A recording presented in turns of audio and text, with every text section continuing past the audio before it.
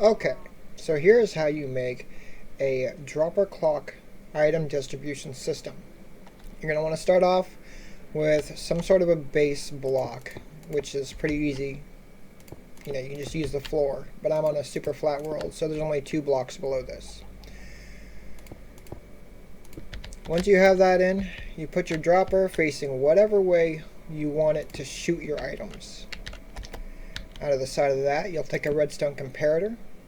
That would be this one here that has the 3 red dots on it. And what it does is it detects if there's anything inside of the dropper. If there is, those 2 lights light up because it's getting a redstone signal.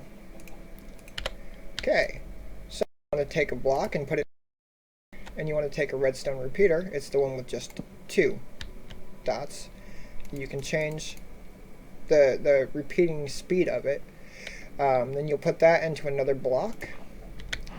You'll take some redstone dust, come here, here, and here, and you'll put another repeater right there.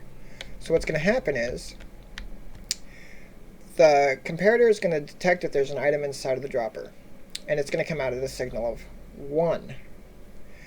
That's going to fire into this block, and that block will become powered, which will power this repeater, which ups the signal strength from 1 to 15.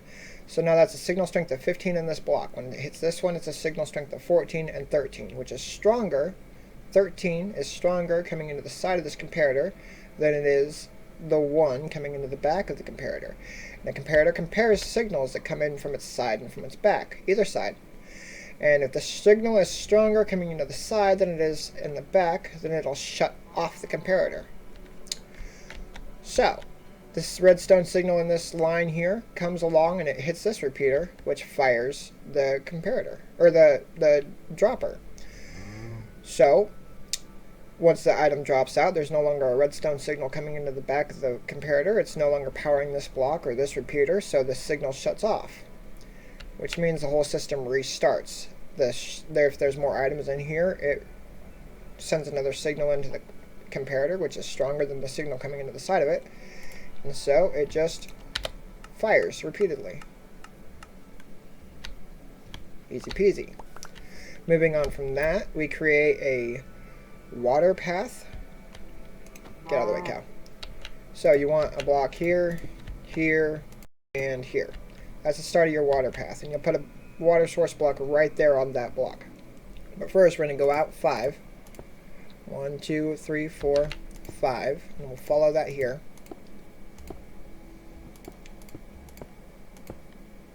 Okay.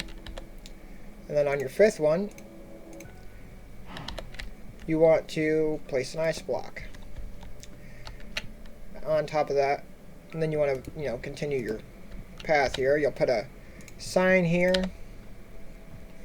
You don't have to write anything on the sign. It just sits there to stop the water from flowing forward anymore.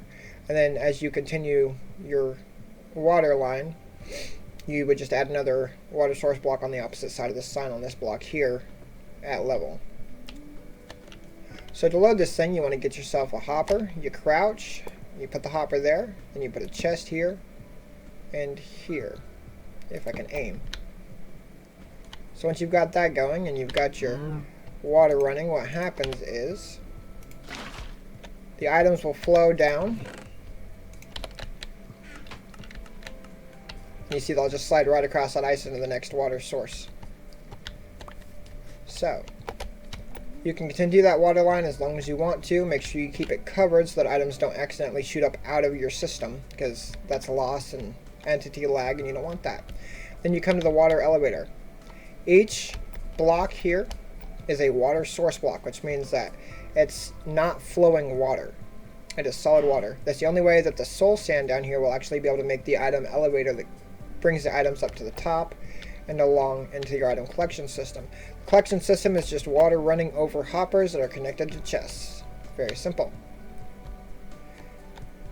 If you put a block next to this hopper and you put a lever on it, you can power the lever and it will lock the hopper so that nothing goes into the system until you're ready for it to. So like if you want to load just a bunch of stuff in, nothing goes until you're ready for it to.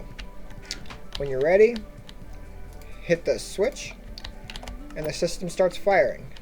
I've got this turned down by down to 3 ticks per repeater. That way the items have the chance to come up a little more slowly and the hopper can keep up with the items. That way everything goes into the system where you want it to instead of being messed up.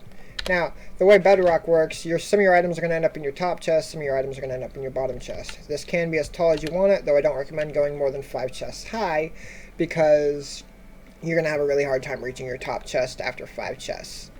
And it just makes things so much harder. You can take this as long as you want it to, as long as after every 5th block you drop a piece of ice, a sign, and a continued water source. That way your items can continue to flow down the line. It's that simple.